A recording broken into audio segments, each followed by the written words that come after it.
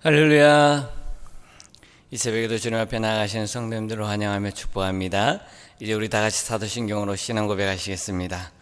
나는 전능하신 아버지 하나님 천지의 창조주를 믿습니다. 나는 그의 유일하신 아들 우리 주 예수 그리스도를 믿습니다. 그는 성령으로 잉태되어 동정녀 마리아에게서 나시고 본디오 빌라도에게 고난을 받아 십자가에 못 박혀 죽으시고 장사된 지 사흘 만에 죽은 자 가운데서 다시 살아나셨으며 하늘에 오르시어 전능하신 아버지 하나님 우편에 앉아 계시다가 거기로부터 살아있는 자와 죽은 자를 심판하러 오십니다. 나는 성령을 믿으며 거룩한 공교회와 성도의 교제와 죄를 용서받는 것과 몸의 부활과 영생을 믿습니다. 아멘. 찬송가 280장 찬양드리겠습니다. 280장입니다.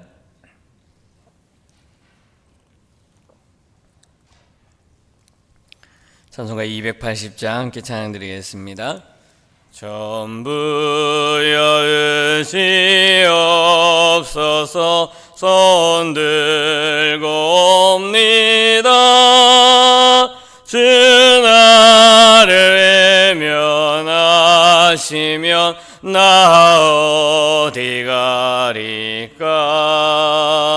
내 죄를 씻기 위하여 피 흘려주시니 곧 회개하는 마음으로 주 앞에 옵니다. 처음부터 계신 주께서 영죽을 죄인을 보혈로 구해 주시니 그 사랑 한없네. 내 죄를 씻기 위하여 피 흘려주시니 곧 회개하는 마음으로 주 앞에 옵니다.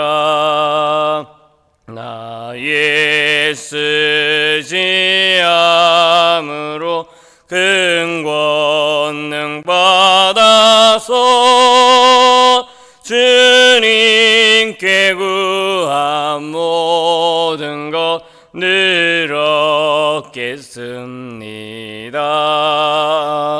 내 죄를 씻기 위하여 피 흘려주시니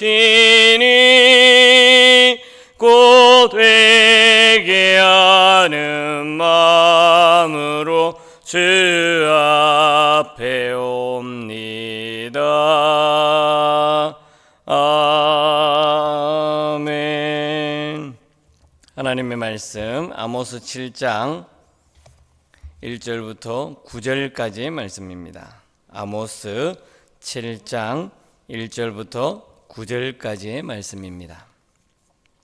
구약성경 제한성경 1280면 아모스 7장 1절부터 9절까지 말씀 한 절씩 교독하시고 9절을 합독하겠습니다. 제가 1절 보겠습니다. 주 여호와께서 내게 보이신 것이 이러하니라. 왕이 불을 뺀 후 불이 다시 올돋기 시작할 때 주께서 메뚜기를 지심해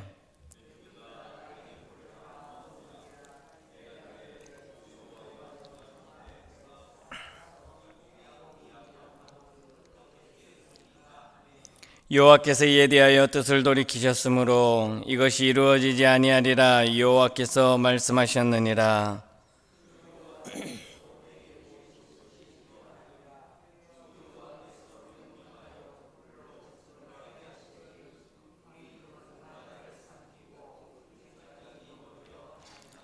이에 내가 이르되 주 여호와여 청하건대 그치소서.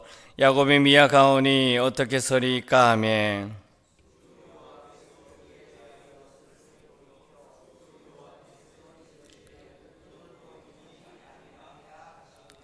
또 내게 보이신 것이 이러하니라. 다림줄을 가지고 쌓은 담 곁에 주께서 손에 다림줄을 잡고 서셨더니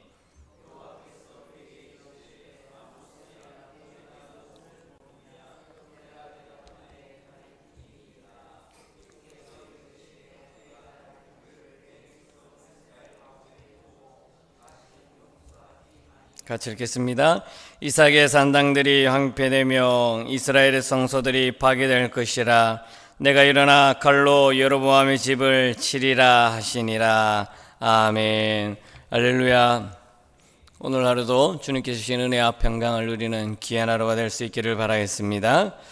오늘 본문부터 마지막 9장까지 아모스 7장, 8장, 9장에 보게 되면 이제 환상이 나오는데요. 그 환상 5가지가 나오게 됩니다. 오늘 본문에서는 3가지 환상이 나오고 8장부터 또 하나의 환상이 나오고 9장에서도 또 하나의 환상이 나옵니다.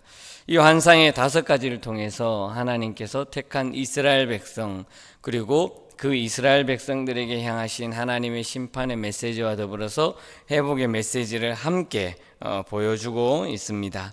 오늘 본문은 하나님께서 아모스에게 보이신 그 5가지 환상 중에 3가지 환상에 대한 말씀을 보여주고 있습니다. 그 첫 번째 환상이 뭐냐면 바로 메뚜기 재앙의 환상이라는 것이죠. 우리 1절 말씀 한번 다시 읽어볼까요? 1절입니다.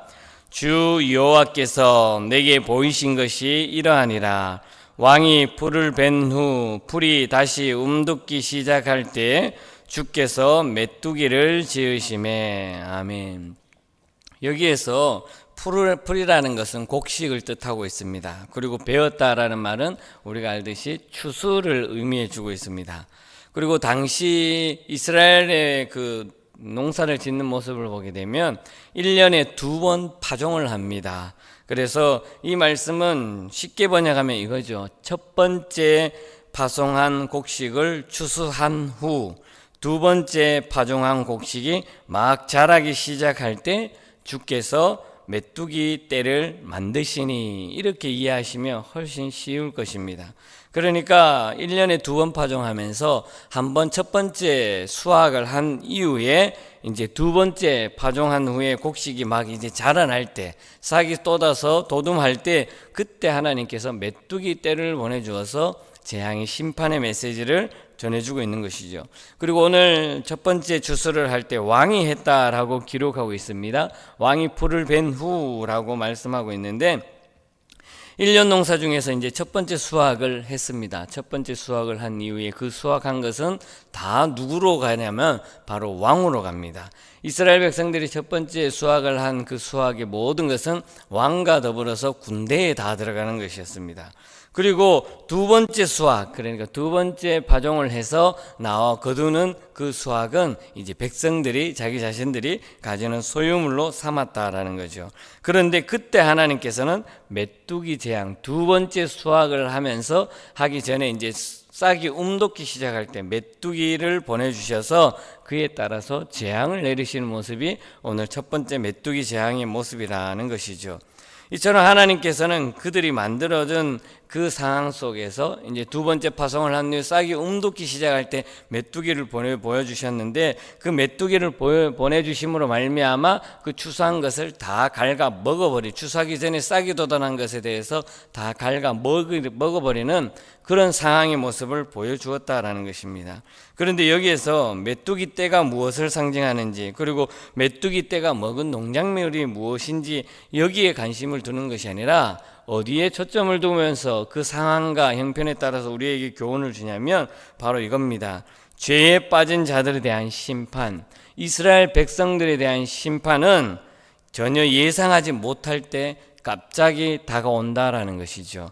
하나님의 그 계획과 섭리 가운데 이스라엘 백성들이 하나님의 말씀을 잘 듣고 잘 섬겼으면 다행인데, 하나님의 말씀을 떠나버리고 평안하다, 안전하다, 그리고 먹고 마시고 누리자, 하나님을 찾아야 할 그때에 오히려 하나님 앞에 감사와 기쁨과 즐거움으로 나아가야 할 때, 그러니까 하나님께 주신 그 은혜에 대해서 깊이 묵상하면서 감사해야 될 그때에 이스라엘 백성들은 모든 것이 안정되고 먹고 사는 것이 풍요롭다 보니까 이 백성들이 하나님을 섬기는 것이 아니라 우상 숭배하고 죄악과 타락과 음란한 모습으로 오히려 죄를 짓는 그런 상황 속에 놓여 있었다라는 것입니다. 하나님께서 이러한 모습을 보시면서 갑자기 전혀 예상하지 못한 때에 메뚜기 떼를 보내주시면서 그들에게 재앙이 임할 것이다 라는 것을 보여주고 있는 것이죠. 즉 하나님의 심판은 언제 일어날지 아무도 모른다는 것이죠. 늘 수시로 때에 대해서 삶을 살아갈 때 내가 안정되고 편안하고 감사하고 즐겁고 행복할 때 오히려 그때 더욱더 하나님께 매달리고 하나님께 감사함으로 나아가고 하나님께 깊은 영적인 관계를 맺어야지, 지금 상황에 놓인 문제를 바라볼 때 내 상황에 여러 가지 어려움이 당했을 때 그때만 하나님 찾고 울부짖고 부르짖고 도와달라고 그렇게 하는 모습은 벌써 늦었다라는 것이죠. 하나님의 심판의 때가 임하고 하나님께서 재앙의 모습으로 임했을 때 그때 벌써 하나님 앞에 감사해야 될 그 시기를 놓쳐버리고 오히려 힘들고 어려울 때 하나님 앞에 부르짖는 어리석은 이스라엘 모습을 보여주고 있는 것이죠. 이어서 보여주는 모습을 보게 되면 2절 후반절에 이렇게 기도를 하죠. 그때 누가 기도합니까? 아모스가 기도를 하죠. 그 상황에 보면서 이렇게 기도합니다. 내가 이르되 주 여호와여 청하건대 사하소서. 야곱이 미약하오니 어떻게 서리이까? 하나님이 심판을 하면 어떻게 됩니까? 이스라엘 백성들이 어떻게 설 수 있습니까? 라고 하나님 앞에 간절히 기도하는 모습을 보게 되죠. 이러한 모습 가운데 하나님께서는 이 아모스의 모습을 보면서, 그리고 아모스가 하나님 앞에 기도드리는 그 기도의 모습을 보면서 3절에 이렇게 말씀합니다. 3절 함께 읽겠습니다. 여호와께서 이에 대하여 뜻을 돌이키셨으므로 이것이 이루어지지 아니하리라. 여호와께서 말씀하셨느니라. 아멘. 아모스가 하나님께서 이스라엘 백성들을 심판하시겠다라고 하며 메뚜기 재앙을 보내줘서 그들에게 다 추수할 것을 다 없애버리겠다라고 하는 그 상황의 모습을 보고는 하나님 앞에 기도하는 거죠. 하나님, 간절히 기도하는 그 아모스의 모습을 보게 되고 또 그 모습을 본 하나님께서는 그래, 너의 기도를 내가 들어줄게 라고 하면서 재앙을 내리지 않는 모습을 보게 되는 것이죠. 이러한 모습을 통해서 하나님께서는 하나님의 심판이 잠시 보류되는 것처럼 보여집니다. 이 모습을 보면서 단순히 심판을 임하시고 심판의 계획을 하시는 하나님의 그 섭리에 한 사람의 모습이 간절히 기도할 때 그 기도를 하나님께서는 들어 응답해 주신다라는 것입니다. 하나님 앞에 심판의 경고를 듣고 자신의 죄를 회개하고 돌이키면 하나님께서 그것을 용서해 주신다라는 것입니다. 하나님께서는 단순히 인간들이 짓는 죄에 대해서, 죄의 심판에 대해서 하나님의 계획과 섭리가 있지만 그것을 통해서 모조리 쓸어버리는 것이 아니라, 심판으로 말미암아 끝을 내는 것이 아니라 오히려 그것을 통해서 끊어졌던 하나님과의 관계를 회복시키기 위한 것이다라는 것입니다.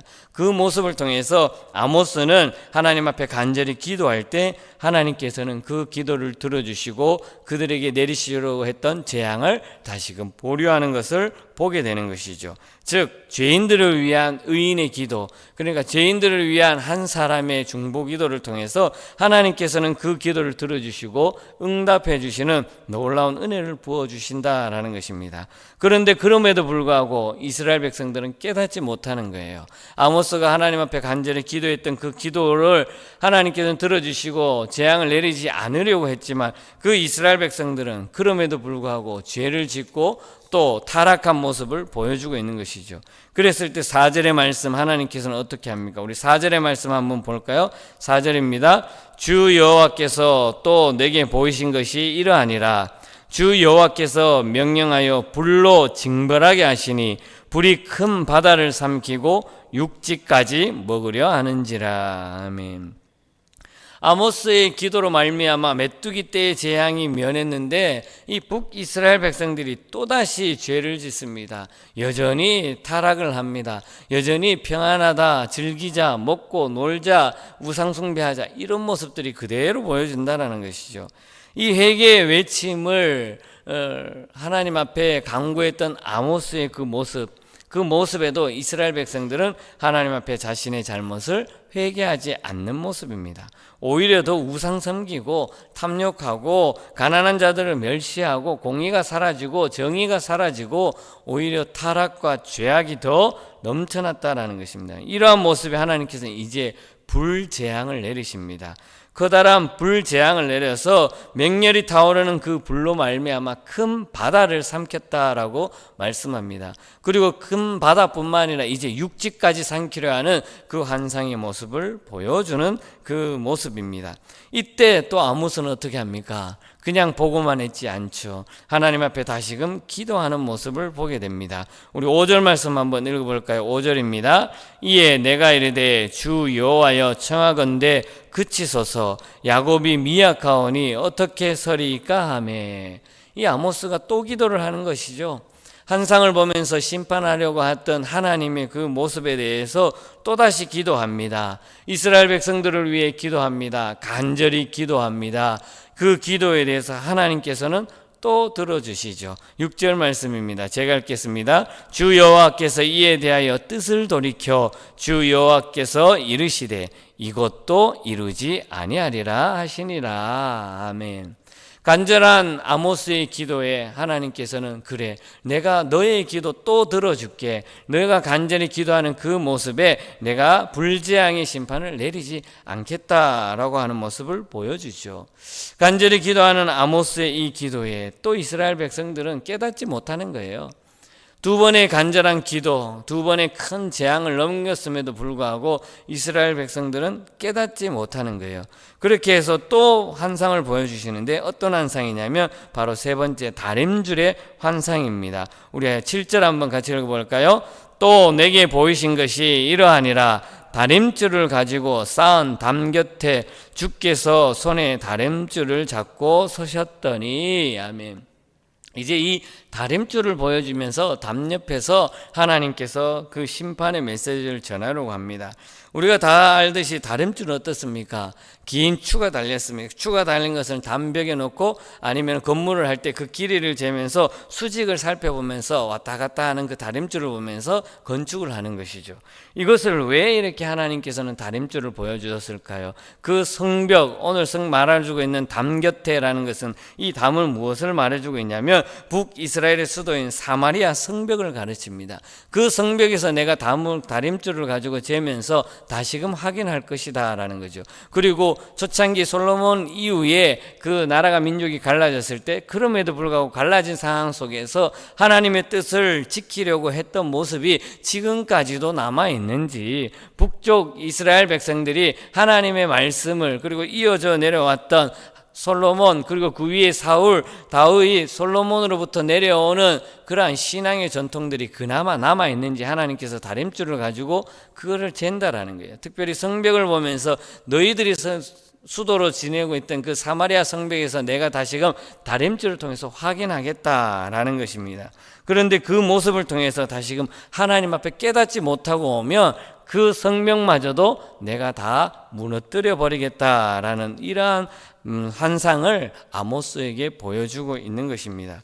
그럼에도 불구하고 이스라엘 백성들이 깨닫지 못하는 건 결국은 어떻게 됩니까? 북이스라엘이 이후에는 저 아수르라는 거대한 민족에 의해서 망해버리죠.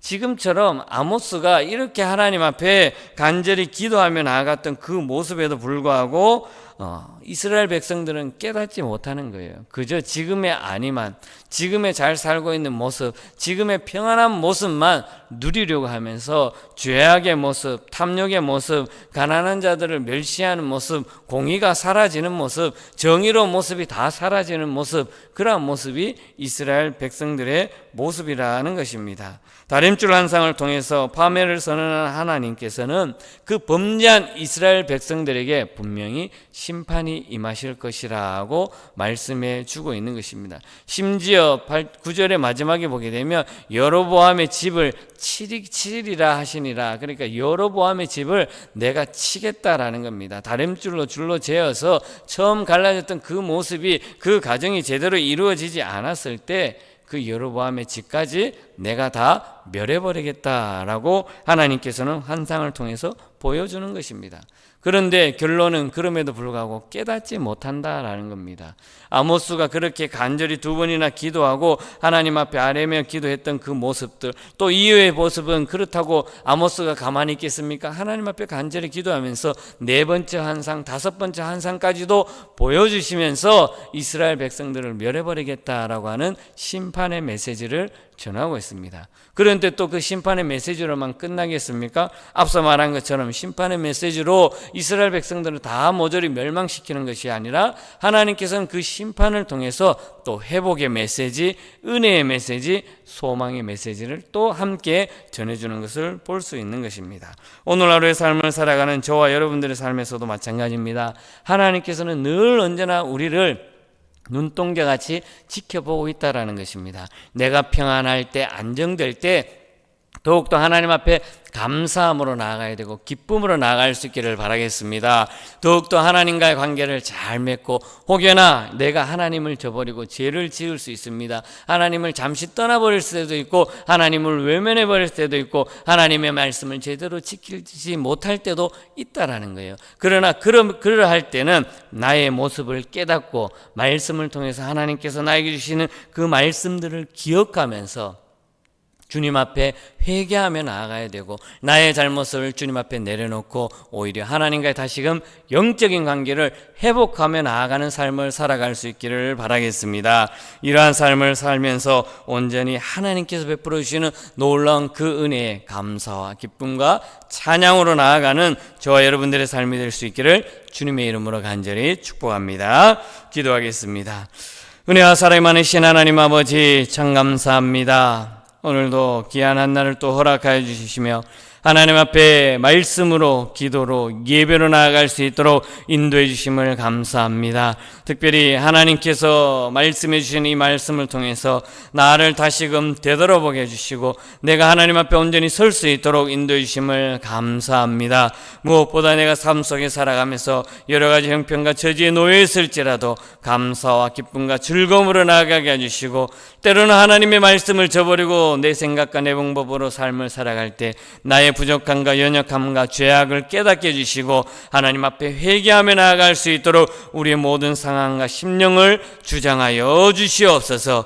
더욱더 하나님과의 관계를 온전히 맺고 깊은 영적인 관계를 누릴 수 있도록 은혜 베풀어 주시옵소서. 그것을 통해서 세상 속에서 삶을 살아갈 때 온전히 그리스도인 모습으로 삶을 살게 해주시고 하나님의 뜻을 이루어갈 수 있는 온전한 믿음의 공동체를 이루며 나아가는 우리 모두가 되게 하여 주시옵소서. 오늘도 임마누엘 동행해 주시고 함께 해 주실 줄 믿사오며 사랑이 많으신 예수님의 이름으로 기도드리옵나이다. 아멘. 하늘에 계신 우리 아버지, 아버지의 이름을 거룩하게 하시며 아버지의 나라가 오게 하시며 아버지의 뜻이 하늘에서와 같이 땅에서도 이루어지게 하소서. 오늘 우리에게 일용할 양식을 주시고 우리가 우리에게 잘못한 사람을 용서해 준 것 같이 우리 죄를 용서해 주시고 우리를 시험에 빠지지 않게 하시고 악에서 구하소서. 나라와 권능과 영광이 영원히 아버지의 것입니다. 아멘.